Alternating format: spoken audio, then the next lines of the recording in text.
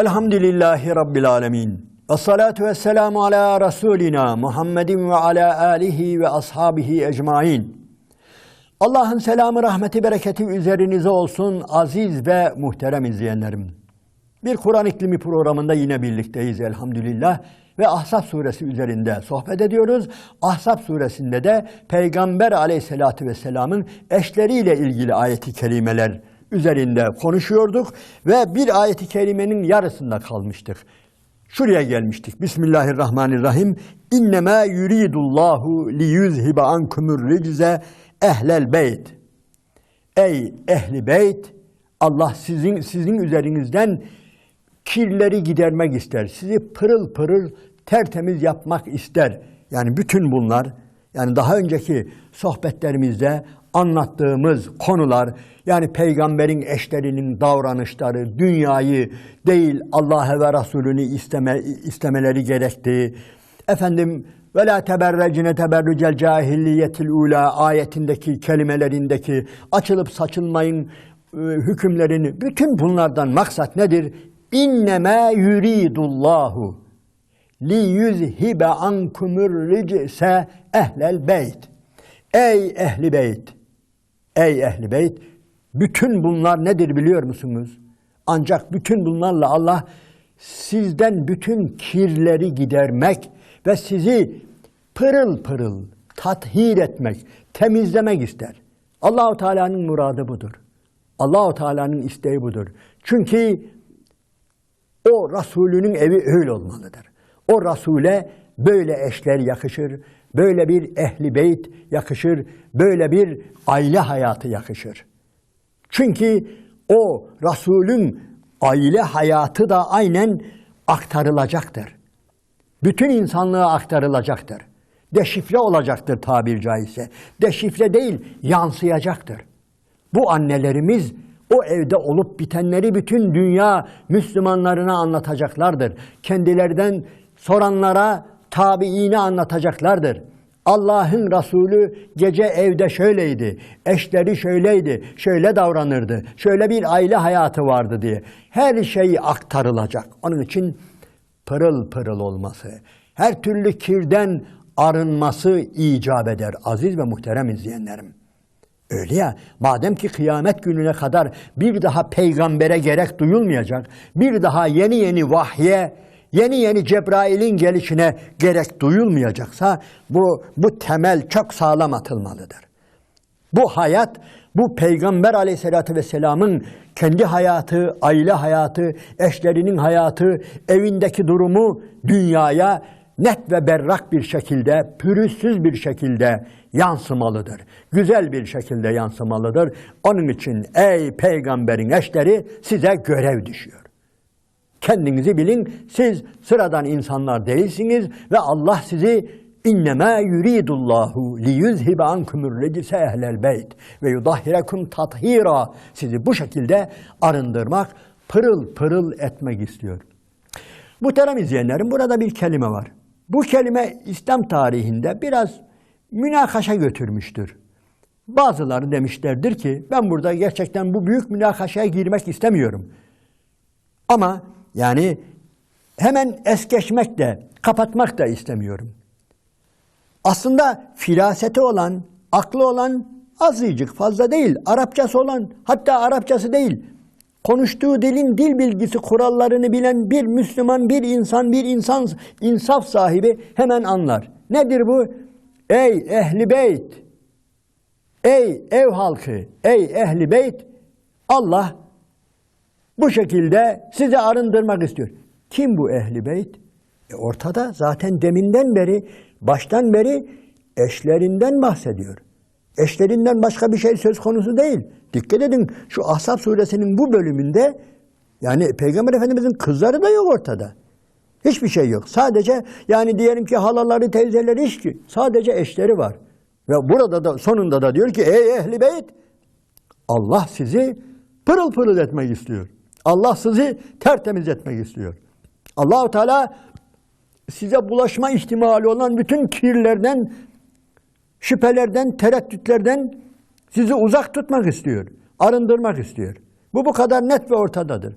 Ama buna rağmen bazı rivayetlere dayanarak, bir hadisi şerife, bir habere dayanarak birileri, özellikle efendim Ehl-i Beyt de hanımları yoktur. Ehl-i Beyt kızıdır, kızlarıdır, damadıdır, torunlarıdır iddiasında bulunan bir kesim vardır. Bunların dayandığı da bir aba hadisidir. Bir aba hadisidir diyelim. Bir aba hadisidir.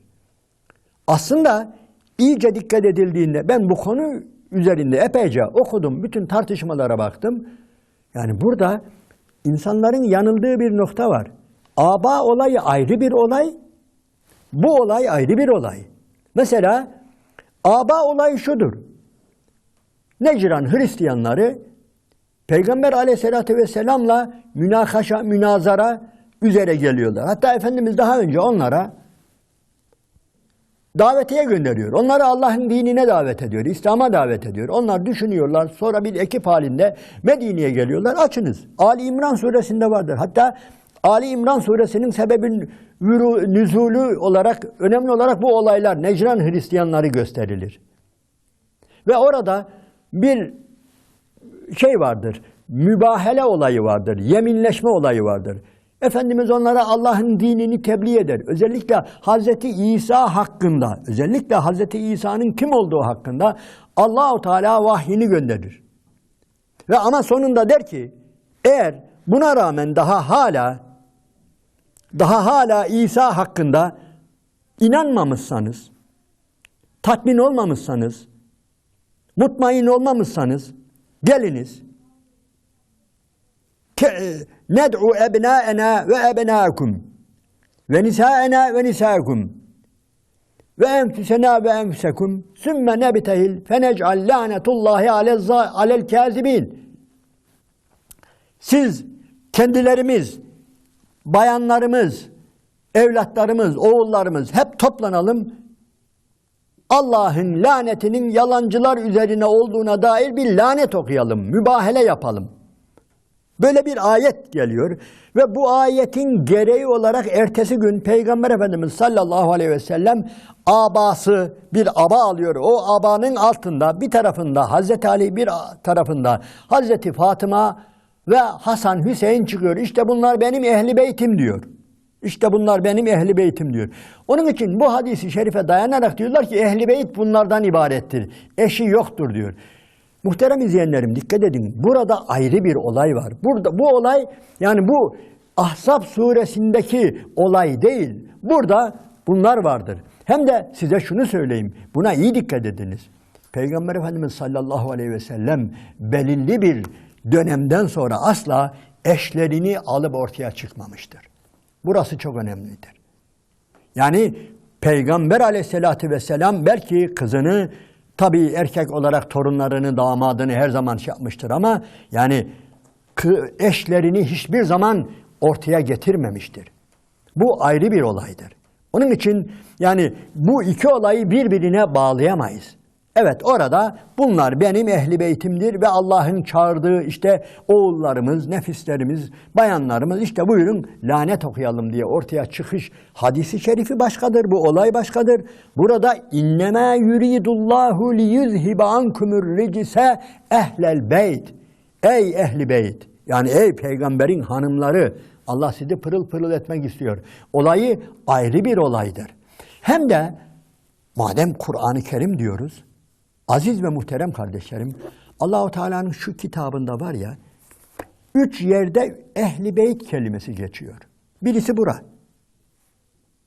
İlk geçtiği yer veyahut da ilk burasıdır. Nedir? Ahzab suresindeki İnnemâ yuridullahu liyuzhibe ankumur ricze ehlel beyt. Burada dikkat ederseniz tamamen bayanlara hitap ediyor. Söylediğimiz gibi Peygamber Efendimiz Aleyhisselatü Vesselam'ın eşleri muhatap alınıyor. İlginçtir, geri kalan 2 yer var. Onu da söyleyelim. Onlardan birisi Hud suresinde olacak. Hud suresinde de hani melekler geliyor Hazreti İbrahim'e. Misafir olarak geliyor ve ona bildiğiniz gibi bir erkek çocuk müjdeliyor. Yani Hazreti İbrahim ihtiyarlamış, efendim hanımı ihtiyarlamış, acuze olmuş ve böyle bir durumda ne yapıyor? Allahu Teala melekleri yani ona bir erkek çocuk müjdeliyorlar. Ve orada işte hanımı şaşırıyor. Peygamber Hazreti İbrahim Aleyhisselam'ın hanımı orada şaşırıveriyor ve hatta gülüyor yani olacak şey mi? O zaman melek diyor ki, Cebrail Aleyhisselam diyor ki قَالَ اَتَعْجَب۪ينَ مِنْ اَمْرِ اللّٰهِ rahmetullahi aleykum ehlel beyt. Demek siz Allah'ın rahmeti hususunda acayip yani takip ediyorsunuz öyle mi ey ehli beyt? Yani dikkat edin burada da bayan, burada da doğrudan doğruya ehli beyt denilince yani o evin hanımı muhatap alınıyor. Ve Allahu Teala burada da ne yapıyor? Doğrudan Hazreti İbrahim'e bile değil, doğrudan birinci derecede Hazreti İbrahim'in hanımına sesleniyor. اَتَعْجَب۪ينَ مِنْ اَمْرِ اللّٰهِ rahmetullahi aleykum ehlel beyt. Ey ehli beyt! Demek siz Allah'ın böyle büyüklüğü, rahmeti hususunda hayret ediyorsunuz öyle mi?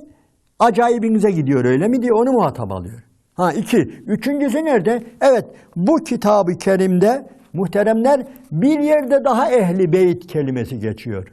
Bir yerde daha ehli beyt kelimesi geçiyor. O nerede biliyor musunuz? Kasas suresinde. Nasıl geçiyor? O da şöyle geçiyor. Dikkat ediniz. Hz. Musa Aleyhisselam'ın annesi hani çocuğunu sepete koyuyor, suya bırakıyor ya ve o su alıp götürüyor ve Firavun'un hanımı karşılıyor ya onu, alıyor ya ve ondan sonra ve harramna aleyhil merada min qablu. Yani çocuk ağlıyor, çocuğa meme verilecek. Verilen bütün memeleri reddediyor çocuk. Ve bu arada Bismillahirrahmanirrahim ve galet li uhtihi kussihi febasurat an cunubin ve hum la yeşurun. Hazreti Musa'nın annesi kızına diyor ki, Musa'nın ablasına diyor ki, sen de diyor geriden uzaktan böyle çaktırmadan takip et. Çocuk ne oluyor? Benim suya bıraktığım bu çocuk nereye gidiyor? Bak diyor. Ve o da bakıyor ve söylediğim gibi Firavun'un hanımı bayanlar alıyorlar. Ondan sonra emzirmek istiyorlar. Ne kadar etrafta sütü olan bayan var, hepsine teklif ediyorlar, veriyorlar. Çocuk hepsini ne yapıyor? Reddediyor. Neye? Ve harramna aleyhil meradi'a min qablu. İşte orada diyor ki, kız diyor ki, dikkat edin, kız hemen devreye giriyor. Hazreti Musa'nın ablası devreye giriyor ve diyor ki, fekalet hel edullukum ala ehli beytin. Ben size bir ehli beyt göstereyim mi? Bu çocuğu bakacağına inandığım, emeceğine inandığım. Yani ben size bir ehli beyt göstereyim. Kimdir ehli beyt orada? Herhalde bir erkek değil, özellikle bayan.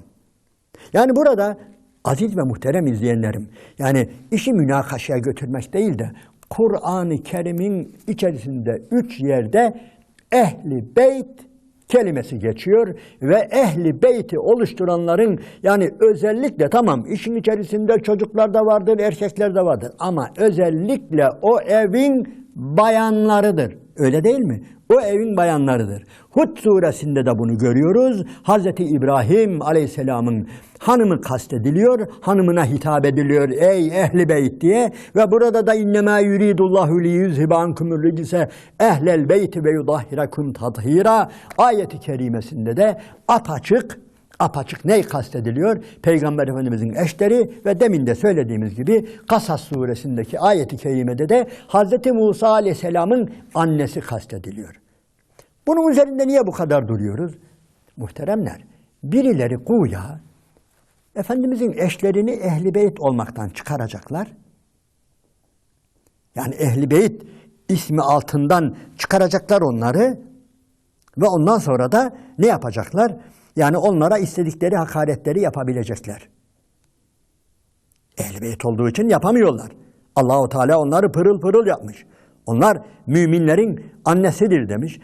Yani ben burada münakaşaya girmek istemiyorum. Bu canlı bir gündem de değil aslında ama yeri geldi. Bu kadarını bilmemizde fayda vardır. Onlar bizim annelerimizdir. Allahu Teala onları pırıl pırıl etmiştir. Tertemiz etmiştir ve kıyamet gününe kadar gelecek bütün Müslümanlara o Peygamber aleyhissalatü vesselamın eşleriyle birlikte aile hayatını, ey insanlar işte bakın bu Muhammed'im ve sallallahu aleyhi ve sellem onun hayatı, aile hayatı sizin için örnektir. Sizin için örnektir ve onları örnek alacaksınız buyurmuştur. Ve onun için biz Müslümanlar olarak asla ve kat'a Efendimiz Aleyhisselatü Vesselam'ın hiçbir eşine hiçbir kötülüğü yakıştırmayız. Eksiklikleri olabilir. Biri birinden daha cömert olabilir. Biri birinden daha alim olabilir. Yani biri birinden daha cesur olabilir. Yani her şey olabilir. Ama yani biz özellikle birilerinin, yani iyi niyetle olmayan birilerinin yani yaklaşım tarzını şiddetle reddediyoruz. Ve bu bizim umdemizdir. Bu bizim akidemizdir. Allah'ın Resulü'nün eşleri bizim gerçekten annemizdir ve bir insan annesine nasıl davranırsa, annesine bir evlat olarak nasıl yaklaşırsa biz de annelerimize bu şekilde yaklaşırız. Ve Allahu Teala onlar hürmetine söylediğimiz gibi bu dini ebedileştirmiştir ve bu dinin aile hayatını kurmuştur. Ve İslam hukukunun önemli bir bölümünü aile hayatı oluşturur. Aile hayatı oluşturur ve bu aile hayatı da Efendimizin hayatında böylesine muhkemdir, böylesine sağlam yerlere binmiştir. Hazreti Ayşe validemiz özellikle, aziz ve muhterem izleyenlerim, hani bir iftiraya uğramıştı ya, hani bir ifk olayı var ya Nur suresinde, İnşallah yeri geldiğinde Nur suresini de yapmayı düşünüyoruz. Yani belki bundan sonraki sohbetimiz Ahzab'tan sonra Nur suresi olabilir. Yani Nur suresinde yani Allahu Teala Hazreti Ayşe annemizi temize çıkaran o ayetleri indirdiğinde Hazreti Ayşe annemiz bile şaşırmıştır. Ve buyurmuştur ki Allahu Teala'nın beni temize çıkaracağına inanıyordum. Allahu Teala'nın benim haklı olduğumu, benim suçsuz olduğumu, benim masum olduğumu ortaya çıkaracağına inanıyordum. Ama bunu bir rüya gibi, böyle kıyamete kadar okunan ayetler şeklinde değil, hani Nur suresinin 2. sayfasında başlıyor biliyorsunuz, kıyamet gününe kadar okunacak, tilavet edilecek ayetler şeklinde değil de Efendimiz'e bir rüya göstereceğini, yani veya rüya ve buna benzer bir haberle benim temiz olduğum ortaya çıkacak. Ben böyle ümit vardım ama hiç beklemiyordum. Hiç beklemiyordum böyle Allahu Teala'nın bana özellikle epeyce ayeti benimle ilgili böyle ayetler indireceğini bilmiyordum diyor. Niye? Çünkü aile hayatı önemlidir. Aile hayatının üzerinde asla ve kata ufacık bir gölge olmamalıdır.